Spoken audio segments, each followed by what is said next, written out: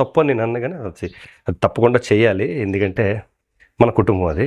మనందరికీ special day రోజు అంటే బర్త్డే కానీ ఇంకేదైనా స్పెషల్ డే మన ఇంట్లో ఎవరైనా చనిపోయిన రోజు కానీ, కొంతమందికి ఫాదర్స్ చనిపోయి ఉంటారు, కొంతమంది మదర్ చనిపోయి ఉంటారు. అటువంటి టైంలో చాలామందికి మన బంధువుల్ని వాళ్ళందరినీ పిలిచి మనం ఫుడ్ పెడుతూ ఉంటాం.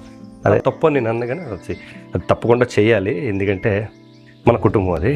సో కానీ ఎప్పుడైనా మనకు అవకాశం ఉంటే అనాథ పిల్లలకి ఏదైనా మన బర్త్డే కానీ లేదా మన ఇంట్లో వాళ్ళు ఎవరిదైనా ఏదైనా పర్టికులర్ కార్యం కానీ అలాంటప్పుడు ఏంటంటే మన చుట్టుపక్కల ఉన్న అనాథ శరణాలయానికి ఎంతో కొంత మనం ఒక బ్రేక్ఫాస్ట్ కానీ లంచ్ కానీ అండ్ డిన్నర్ కానీ అరేంజ్ చేస్తే ఆ సాటిస్ఫాక్షనే వేరే ఉంటుంది. సో ఈరోజు ఒక చిన్న బ్రేక్ఫాస్ట్ లాంటిది అరేంజ్ చేసాం.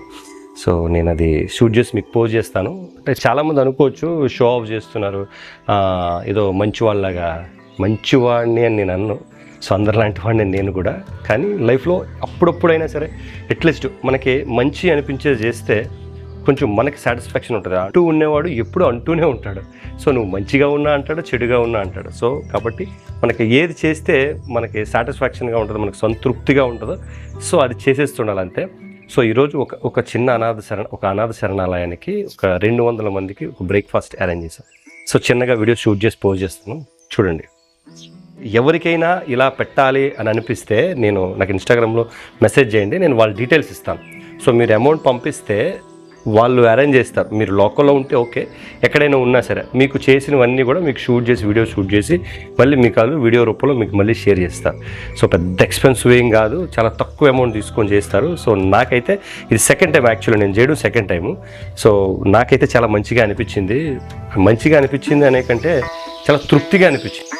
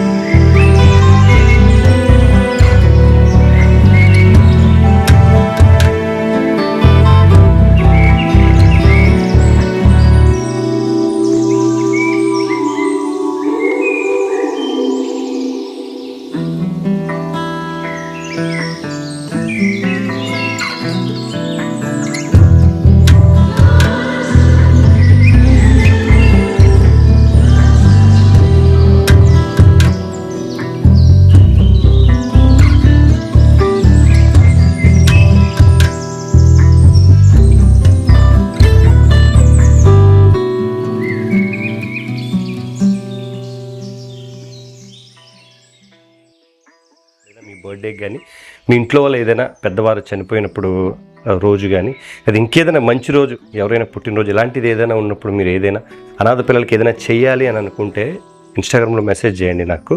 సో నేను వాళ్ళ నెంబరు, వాళ్ళ డీటెయిల్స్ ఇస్తాను.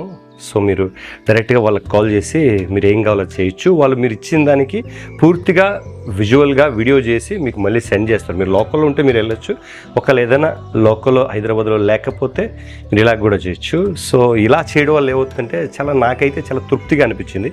నేను ఇది సెకండ్ టైం చేయడం. ఫస్ట్ టైం ఒకసారి చేశాను, ఆల్రెడీ వీడియో కూడా పోస్ట్ చేశాను. ఇది సేమ్ వాళ్ళకే సెకండ్ టైము, ఈ సెకండ్ టైం ఇలా చేయడం.